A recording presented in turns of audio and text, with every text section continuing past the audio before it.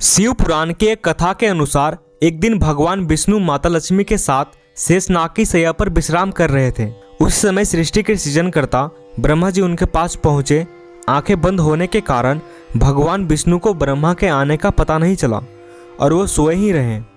ये देख ब्रह्मा जी क्रोधित हो उठे और विष्णु जी से बोले, मेरे आने के बाद भी तुम सोए हुए हो, जबकि मैं तुम्हारा स्वामी हूँ। उसी समय विष्णु जी की आंखें खुल गई और ब्रह्मा जी के मुख से अपने लिए ऐसी बात सुन उन्हें भी गुस्सा आ गया।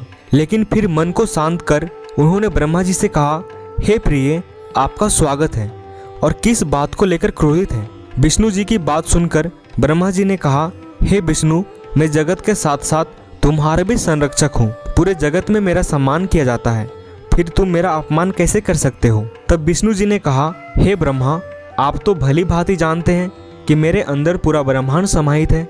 आप भी मेरे नाभि कमल से उत्पन्न हुए हो और मैं तुम्हारा पिता हूँ, इसलिए आपके सारे कथन झूठे हैं। विष्णु जी के इतना कहते ही ब्रह्मा जी और भी क्रोधित हो उठे और खुद को श्रेष्ठ बताने लगे।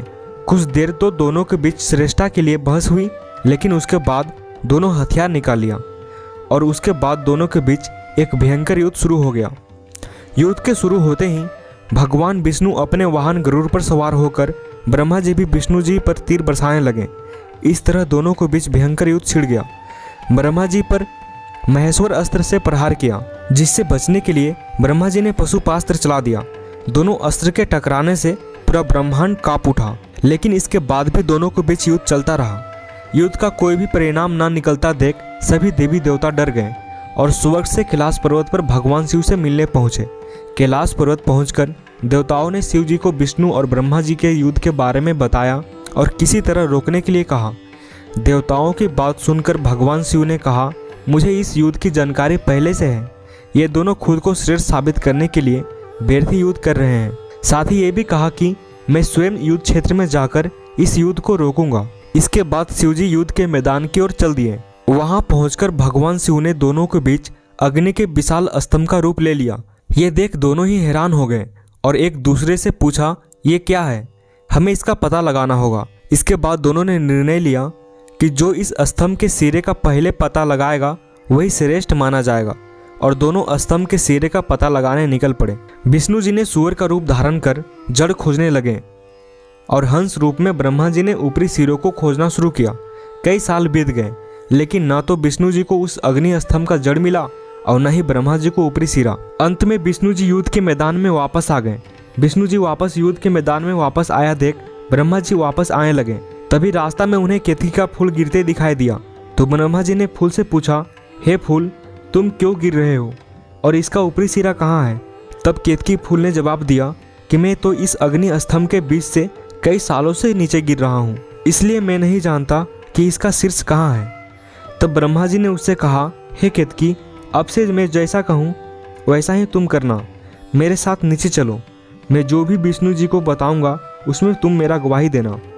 इतना कहकर ब्रह्मा जी केतकी फूल के साथ युद्ध स्थल पहुँचे, जहाँ विष्णु जी निराश बैठे थे।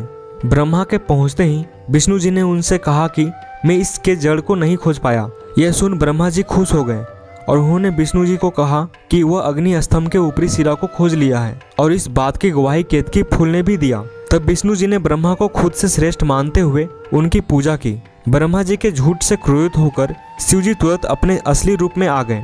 शिव को देखकर विष्णु जी खड़े हो गए और उन्हें प्रणाम किया। ये देख शिव जी ने विष्णु जी से कहे कि मैं आपसे प्रश्न हूँ, आपने श्रेष्ठ बनने के लिए झूठ का सहारा नहीं लिया, इसलिए आप भी मेरे इतना ही पूजनीय हैं। और ब्रह्मा जी को अहंकार का दंड देने के लिए भौरों को उत्पन्न किया और भौरों को ब्रह्मा के उस मुख को काट देने को कहा जिससे उन्होंने झूठ बोला था। यह सुन विष्णु जी ने भगवान शिव से ब्रह्मा जी को क्षमा कर देने को कहा। विष्णु जी की स्तुति पर शिव जी ने ब्रह्मा को तो माफ कर दिया, लेकिन साथ ही ये भी श्राप दिया कि आपको न तो कोई सम्मानित करेगा और न ही आपकी पूजा होगी, और केतकी फूल को शिव जी ने अपने गले से त्याग दिया।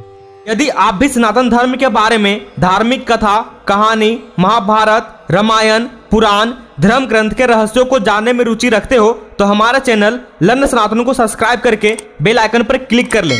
जय श्री राम।